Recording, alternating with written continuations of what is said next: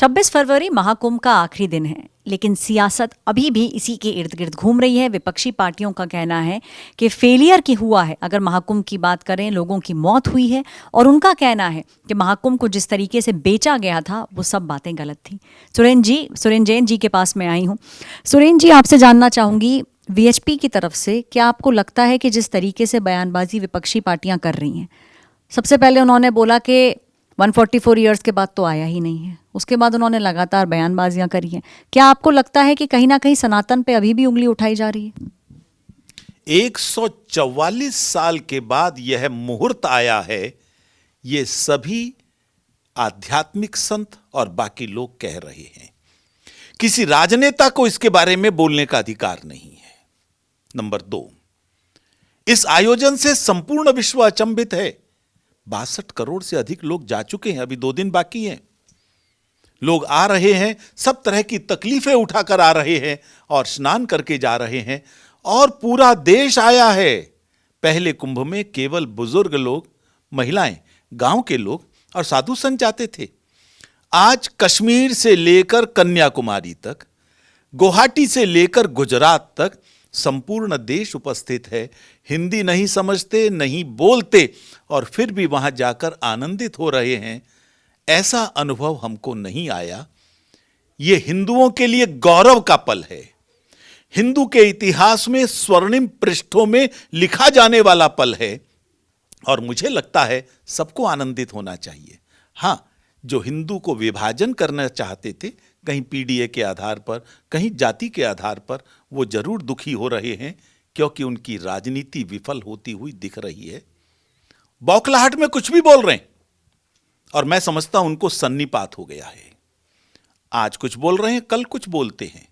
कभी तो बोलेंगे कि वहां लोग मरने जाएंगे क्या, और वहीं जाकर अगले दिन वो स्नान करते हैं।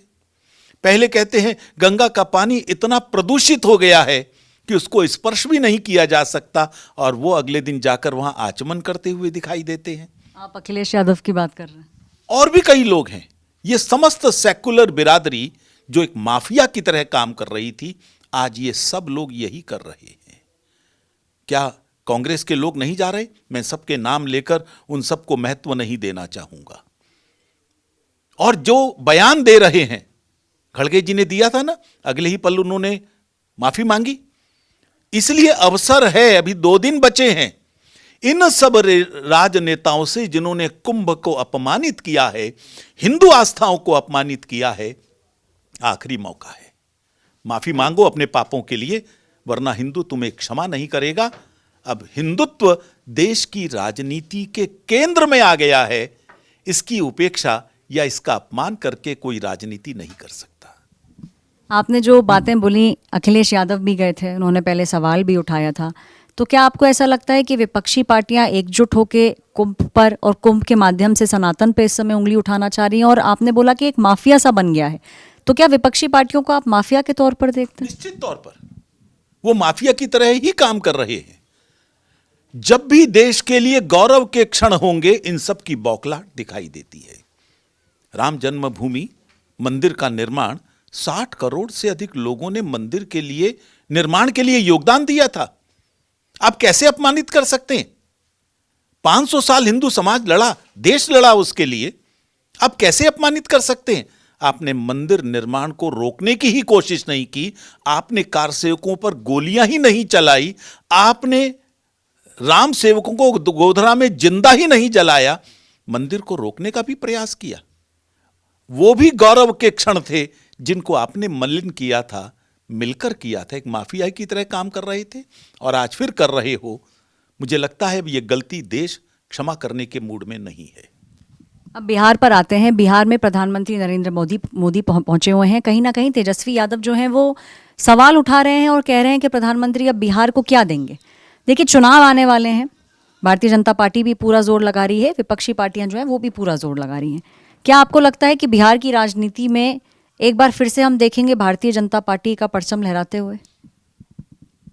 केवल बिहार नहीं, मैं पूरे देश के अंदर हिंदुत्व को राजनीति के केंद्र में देख रहा हूं।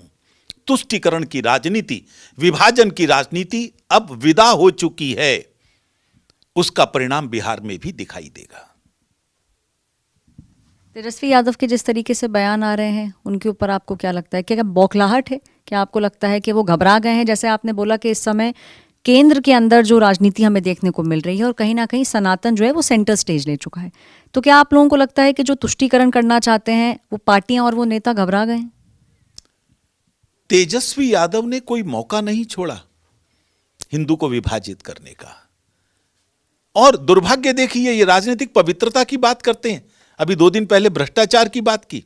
जिस परिवार का हर व्यक्ति भ्रष्टाचार के अंदर एड़ी से चोटी तक लिप्त है, जिन पर केसेस बने हैं, जिन्होंने लोगों से जमीनें तक बिकवाई हैं, वो राजनीतिक पवित्रता की बात करेंगे? क्या किसी कसाई से अहिंसा के उपदेश की उम्मीद की जा सकती है? आज उनको भी अपनी राजनीतिक धरातल जमीन ये खिसकती हुई दिखाई दे रही है और इसीलिए बौखलाहट में कुछ भी बोले जा रहे हैं। विपक्षी पार्टियों को इस समय एक बौखलाहट महसूस हो रही है। बिहार की बात करें तो हमने जिस तरीके से देखा है तेजस्वी यादव जो बयानबाजी कर रहे हैं प्रधानमंत्री नरेंद्र मोदी के खिलाफ, या उत्तर प्रदेश में अखिलेश यादव जिस तरीके से कुंभ पर सवाल उठा रहे हैं, उससे एक चीज़ तो साफ है कि कहीं ना कहीं विपक्षी पार्टियों को डर लगता है और वीएचपी का मानना है कि सनातन जो है वो अब सेंटर स्टेज ले चुका है और एक के बाद एक, जिस तरीके से हमने पुराने स्टेट्स में देखा, जो स्टेट्स बीजेपी जीती है, आगे आने वाले स्टेट्स भी भारतीय जनता पार्टी प्रचंड बहुमत से जीतती हुई नजर आ रही है। कैमरा पर्सन प्रेम के साथ ऐश्वर्या पालीवाल, आज तक।